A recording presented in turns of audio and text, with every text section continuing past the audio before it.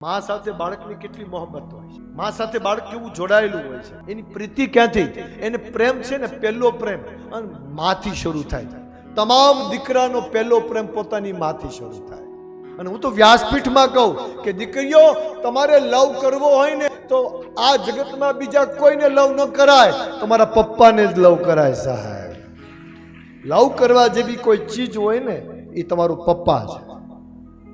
લવ કરવા જેવી દીકરાઓ કોઈ ચીજ હોય ને તો આપણી માં છે. જનની જોડ સખી નહીં ચડે, માં તો માં છે. પ્રેમ કરવા જેવું કોઈ તત્વ હોય ને સાહેબ, ભગવાને કૃષ્ણએ પ્રેમ બહુ કર્યો છે સાહેબ. માં યશોદા આખી જિંદગી રડતી જ રહી, આખી જિંદગી રડતી રહી. માં કૌશલ્યા ભગવાનને ખૂબ પ્રેમ કરે છે. આ બે અવતાર કૌશલ્યાજીએ અને કૃષ્ણ, આ બે છોકરાઓ, બેના દીકરાઓ પોતાનું ઘર છોડી છોડીને જતા રહે છે.